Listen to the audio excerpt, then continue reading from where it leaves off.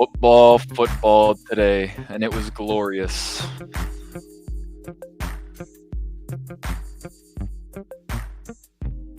All right, what's up, everybody? Welcome into Sunday Night Live, presented by Smirnoff, the world's #1 vodka. Please enjoy responsibly. As you can tell, I am on the road. We covered the Bears and Panthers game live for the Smirnoff Watch Party, the Sunday service. A lot of you saw me earlier today. A lot of you that were there, thanks for coming out. We appreciate you guys. We love you guys. It's always cool to see fans interacting and getting to watch us live and do stuff live. We did a super cool watch party over at Joe's on Weed here in Chicago. I'm still here in Chicago. The team has left. Your boy stayed back so we could do Sunday Night Live all together. An incredible week end of football. College was great. A lot of upsets. The Canes snuck through. We had the MMA hangout last night, which we saw Alex Pereira beat Khalil Roundtree. Midway, we were watching both the fights and the Canes game. At a certain point, it was 35-18, and I had the flight to catch to Chicago at 6 in the morning, and I was like, I'm not staying up another hour and a half to watch the rest of this Canes game. They're going to get beat. I'm out of here. I'm going to sleep. I sleep for 3 hours. I wake up. I'm checking my phone. The Uber is on the way. I'm looking.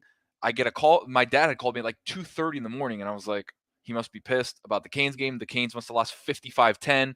He wanted to call to rant about it.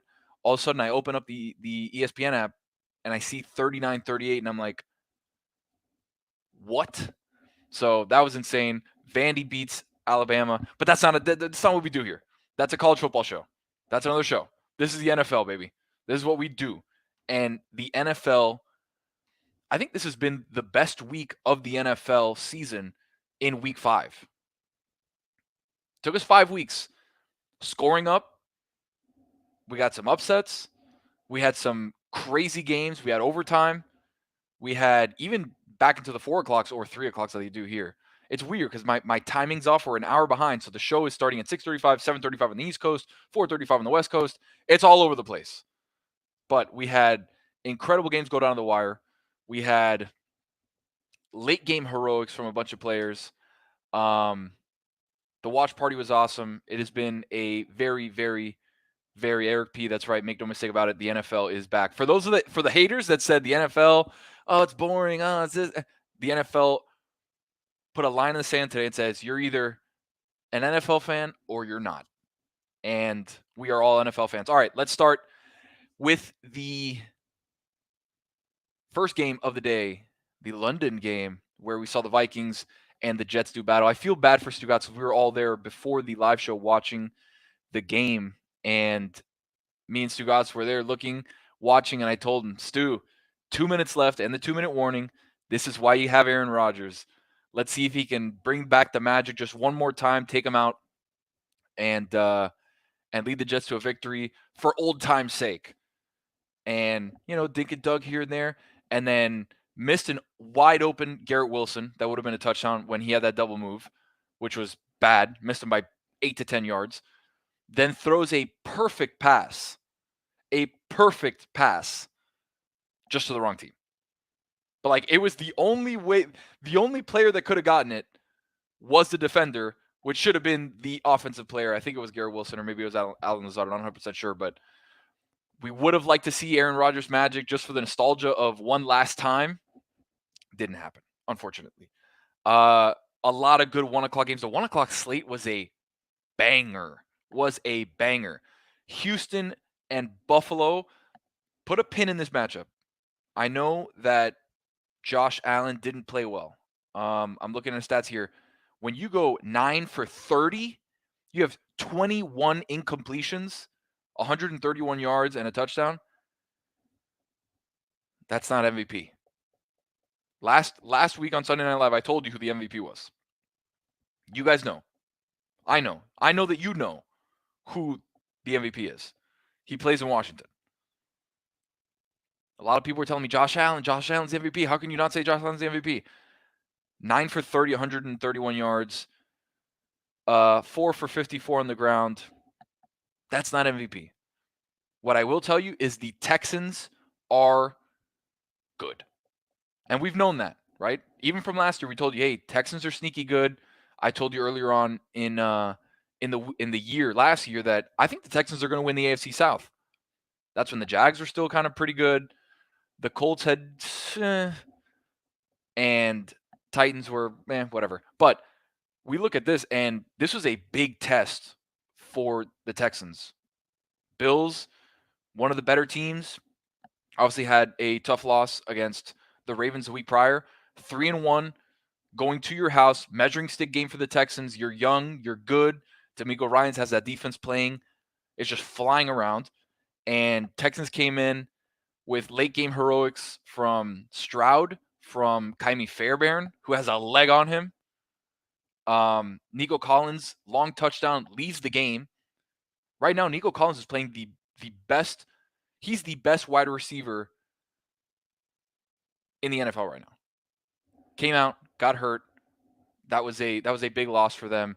Stephon Diggs, Tank Dell, Schultz, Ogunbowale, who's been playing well, tried to pick up the slack. But if the Texans can get at full strength, Nico Collins back healthy, even if he's got to take a couple of games off, the Texans could be a legitimate threat in the AFC to the Chiefs, to the Bills, Ravens, which we're going to get to in a second, played awesome. But it was really cool to see a young Texans team go out and beat the Bills. Late game heroics. It took a Bills drive that was basically in their own end zone towards the end of the game for the Texans to come back and win, but it was fun. That Texans team is for real, and I'm really excited to see what they're going to do later on in the season. Commies, Browns. We know the Browns suck. We know that. We don't have to worry about the Browns being good. They had a very good defense last year. Defense doesn't translate year to year for the most part. When you have a really good defensive line, when you have good corners, good safeties, when your backbone of the defense, middle linebackers, and safeties are all working right, then you've got a strong defense. Right now, Browns are getting torched. Offensively, they can't do anything. And Jaden Daniels, another great performance. Looking at the stats here, 14 for 25, 238, threw his first interception, had a touchdown and a pick, also ran for 82 yards. I don't know what else to tell you guys. The commies are for real. The games that they are playing against certain teams, they're just blowouts. Oh, wow. We have a special guest in the waiting room. Bring him in. Where is he? Let's see. Oh, my God. Wow. Wow. What are you Did you not realize? It's a lifestyle. It's a lifestyle. Oh, okay. I'm repping the Tide till I die. Okay, I was a minor say, setback for a major comeback. Taylor, an incredible 1 o'clock slate. Get that music off, Thomas. What was it? Hold on, bring that back. I didn't hear it. Goes into a delusion, winning in the playoffs. Not. Is that the acapella version? No, I think that's the actual version. Can we not have the songs? We don't have the rights to the songs here on Sunday Night Live. Best game of the day for you? The one that I was the most interested in was probably the Ravens-Bengals. It just big time. Every time those two teams play, it feels like it goes to overtime like 70% of the time. And then in that overtime, when Lamar fumbles, right from that point, when Pratt's picking up that fumble and the Bengals are going the other way, you're kind of like, oh, wow, this game's probably over. And then the Ravens force the field goal attempt. McPherson misses, and then Derrick Henry just big still dog. Doing the thing.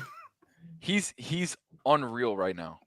He's playing at such a high level, and we thought last year with Tennessee it was going to be the death of Derrick Henry. Like, it's over. He's good. He maybe can be a good goal line back still. Nobody's going to stop him at 240, 6'4".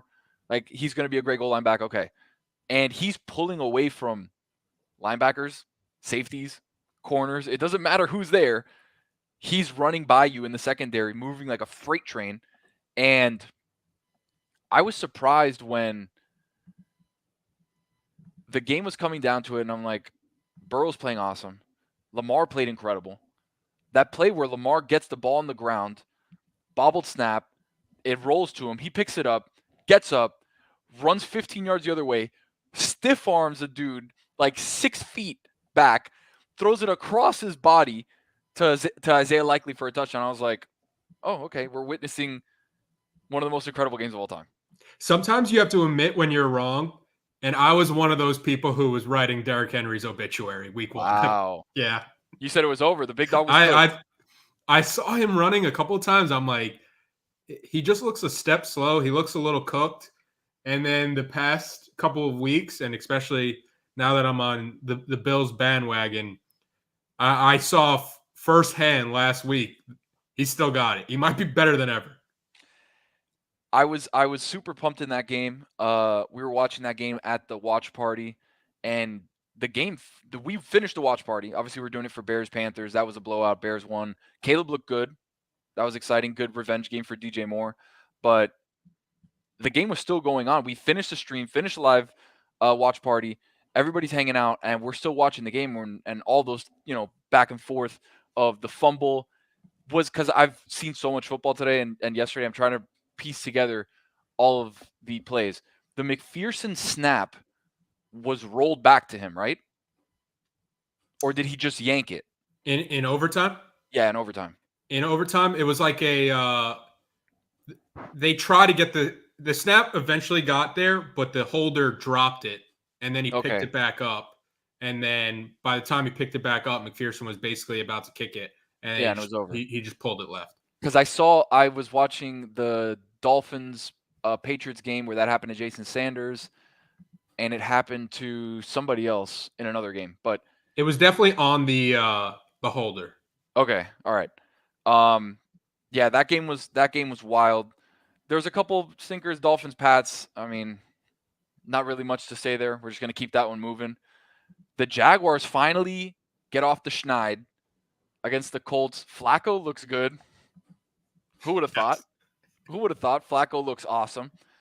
And I know the haters wanted to write off Trevor Lawrence, a.k.a. you. You wanted to write off Trevor Lawrence as quickly as possible. Has a nice game, 371, 2 tutties, and a pick. Tank Bigsby.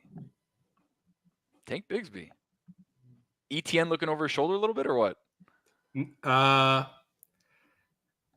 When you go for over 100 yards, you have to be looking over your shoulder a bit. But I think this game was the a broken clock is still right twice a day. Finds a nut. Yeah. The Jaguars, like nobody in that Jaguars locker room right now is leaving that field and being like, we got something. So you're telling me this isn't a tide-turning game? No.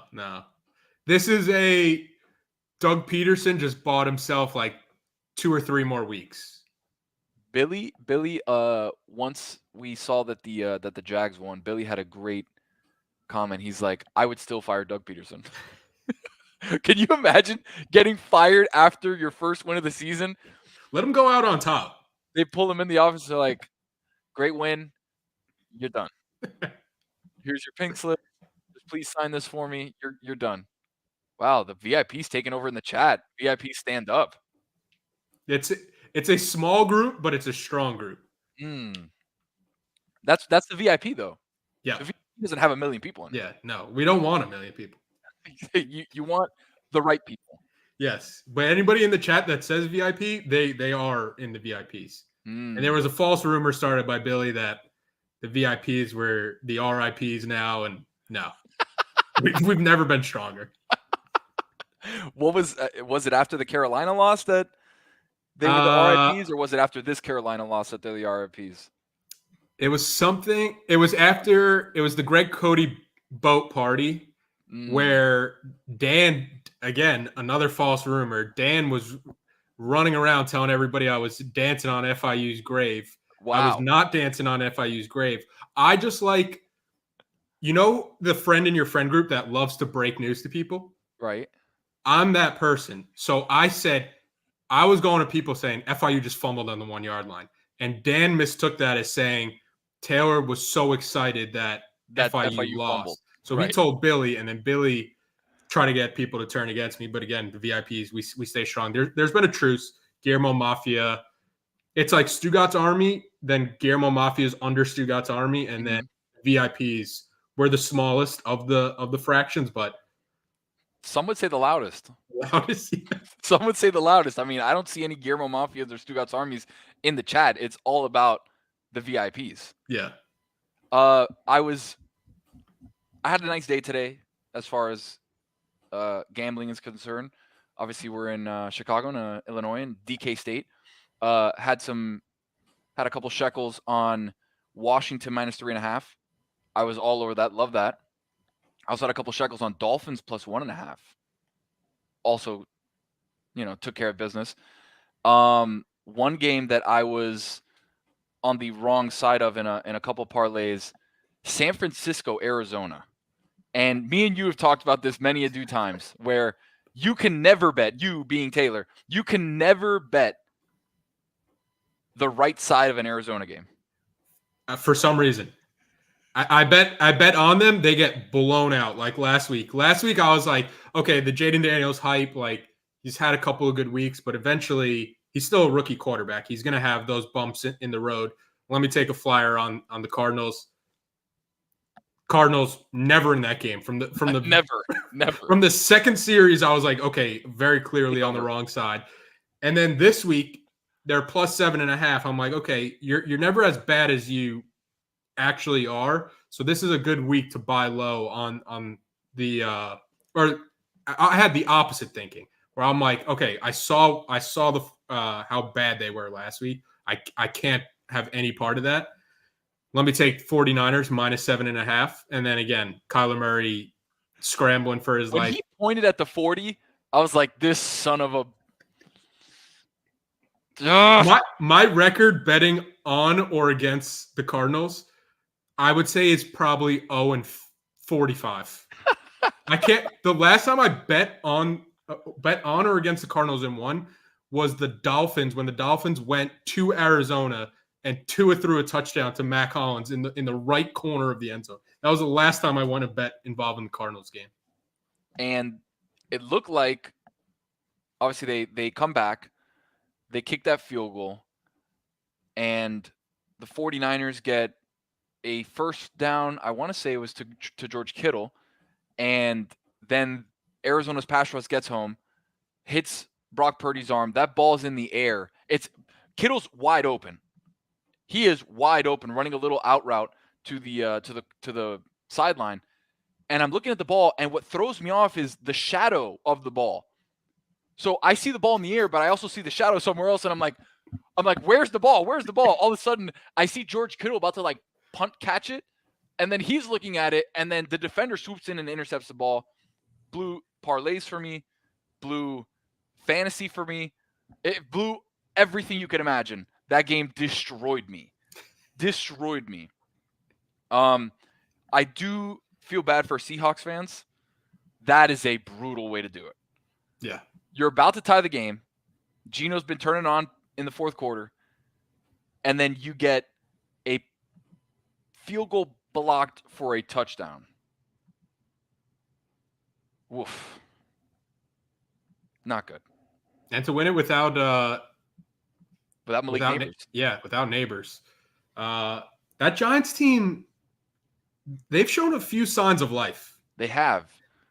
And I'm surprised because without Malik Neighbors, no Devin Singletary, you had Tyrone Tracy, who I like. He's good.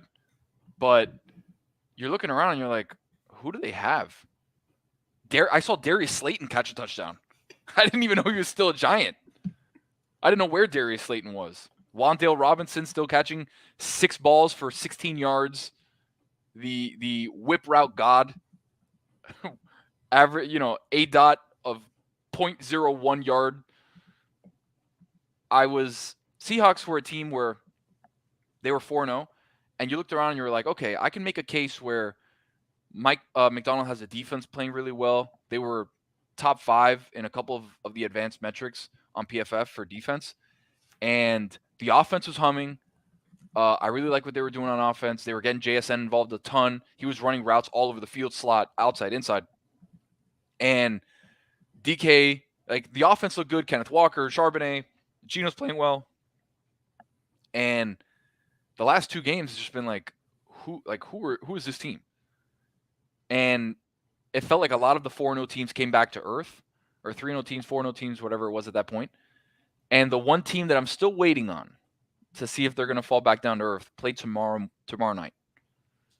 There's no way the Chiefs can do this again, right? They can't.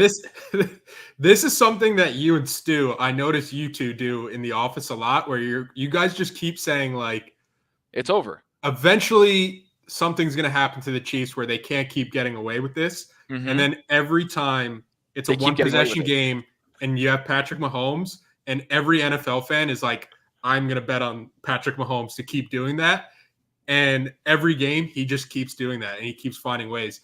Yeah, I think if you asked me right now, Chiefs or the field, I would take the Chiefs just because at that quarterback position, I trust Mahomes over anybody else. And okay, he turns Xavier Worthy into the next Tyreek Hill. Travis Kelce has not a resurgence game last week, but a bounce back for him. And now people are worried about Rashee Rice going down.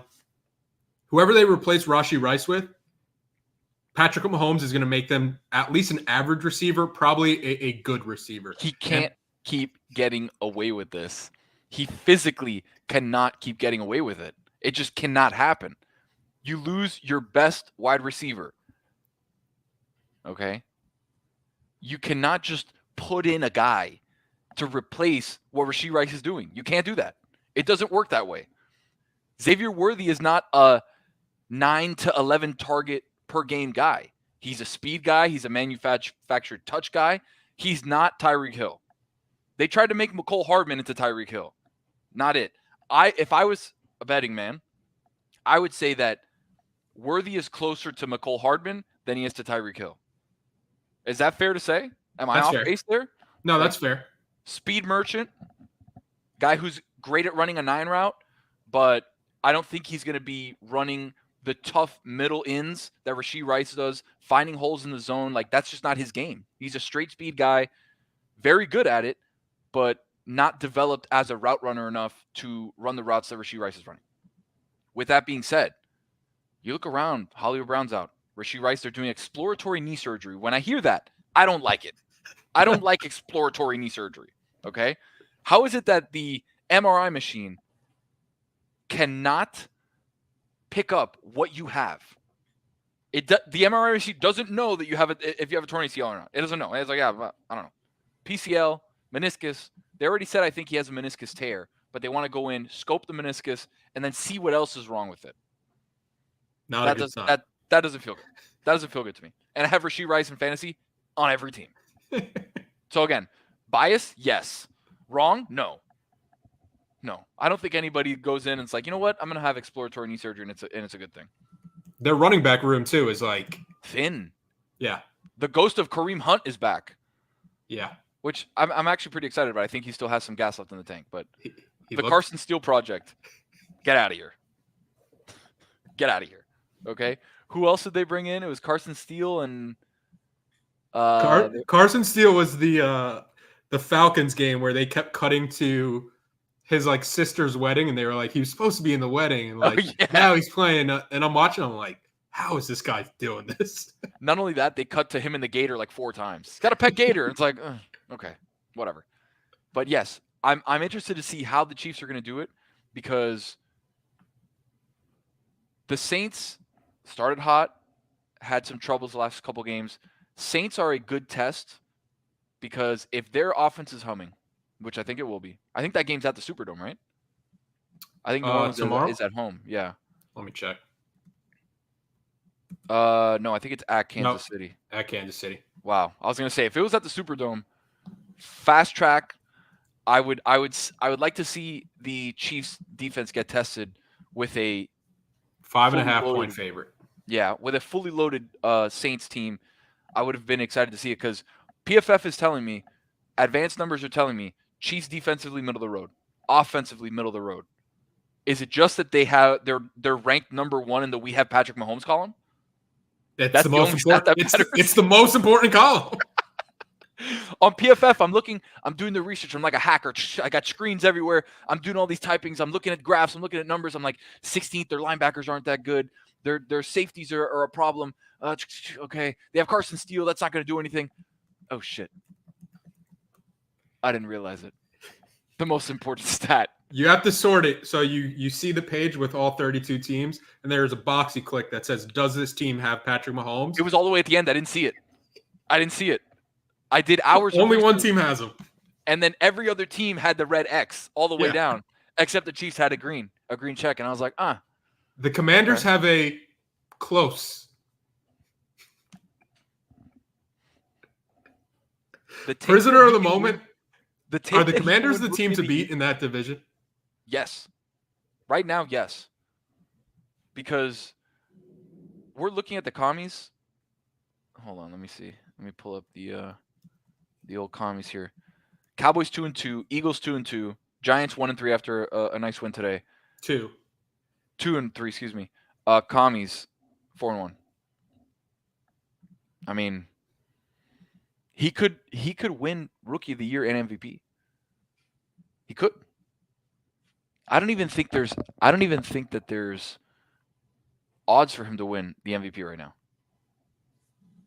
I'll look that up while you check that out on DK. I don't know if there's odds, but the moment that it gets on, put a little something on him winning the MVP. Just a little something.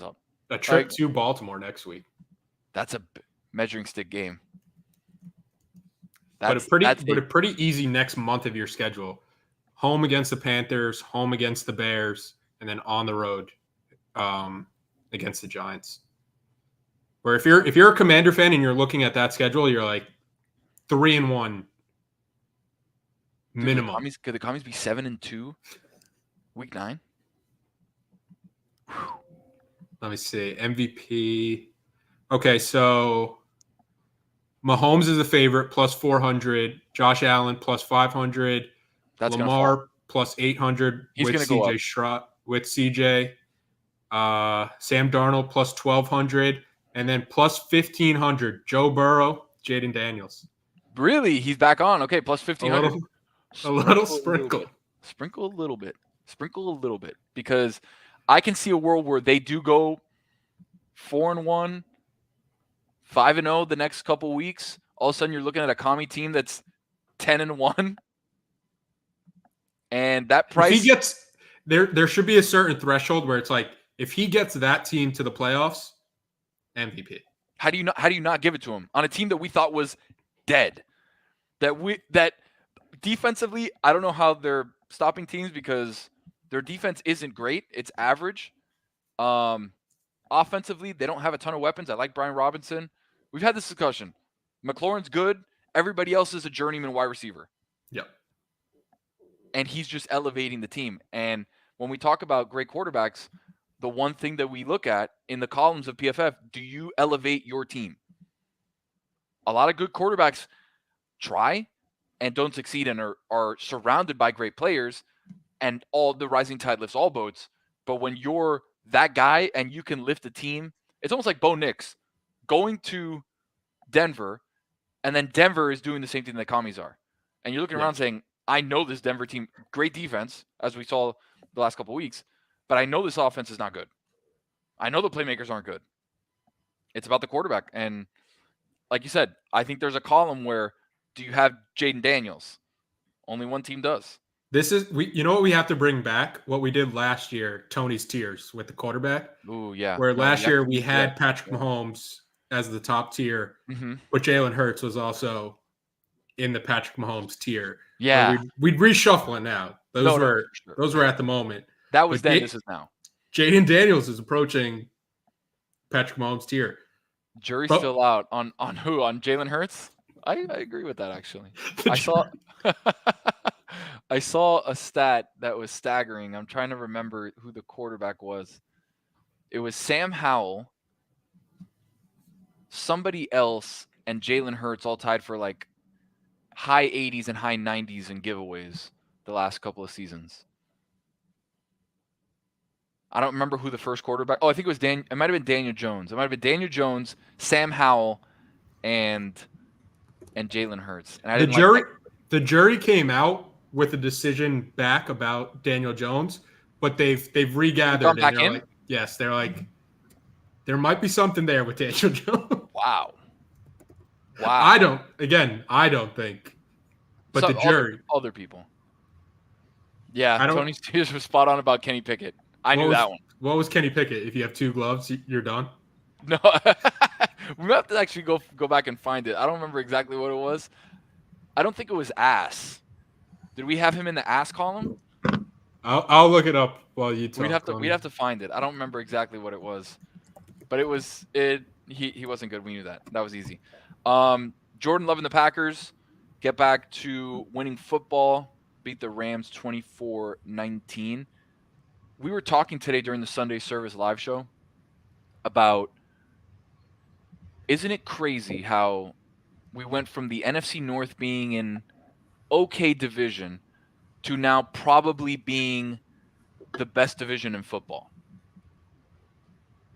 Lions, tough team. Vikings are 5-0. Vikings are 5-0. Bears, frisky, sneaky. Yeah. And Packers are good. I haven't sold my Bears stocks yet. 2 gloves and you're done. That was the tier. No, wait, I found it. Oh, here we go. The jury was still out on Kenny Pickett. Really? The jury's still out, guys. Were Tua, Kenny Pickett, CJ Stroud, who's elevated, but we did that before the season. Anthony Richardson, Sam Howell, Jared Goff, Jordan Love, Desmond Ridder, who we could promote to the bad list, and then Bryce Young, who we could also promote to that bad list. That's right. This Tony's Tiers was done preseason. Preseason, yes. And the jury was still out on CJ Stroud. We only had one bad quarterback. Do you remember who it was? One bad quarterback. He has not played yet this season. Wow, ooh, that's a good trivia. Okay, there's been one bad quarterback. He hasn't played this season. That means he's a backup somewhere else right now. Or he's been hurt. Oh, it's Russell Wilson. It's Russ. It's Russ. It's Russ. Technically, he's still true. Backup. I think I don't want to give away the tiers now. Do that this week. Tony Tiers coming at you, probably on YouTube. But I think there's a couple guys that are getting promoted and a couple guys getting demoted. Your mic is kind of cutting in and out. Oh, is it? But I'll run through that while you fix it. The meh list was, I'm looking at the headshots and it's like I'm trying to figure out who some of these. How about now? Am I better now? Yeah. Okay, here we go. Mac Jones was meh last year. I think we should have done a preseason and a postseason one just to see. Yeah, because a lot of those, the jury's still out on Tony's Tiers from last year. Yeah. Right. Like there's a lot of things to fill in. I think the jury's still out on Anthony Richardson too. And we also had Deshaun Watson and Trevor Lawrence as good enough. Oh, wow. Thomas. Wow, that got a laugh from Thomas. Thomas from Mute above. your mic, Thomas. I didn't know my mic was on. Thomas from above laughing at Deshaun Watson and Trevor Lawrence being good enough. Kirk Cousins was elite, though. Good week to bring it back. Yeah.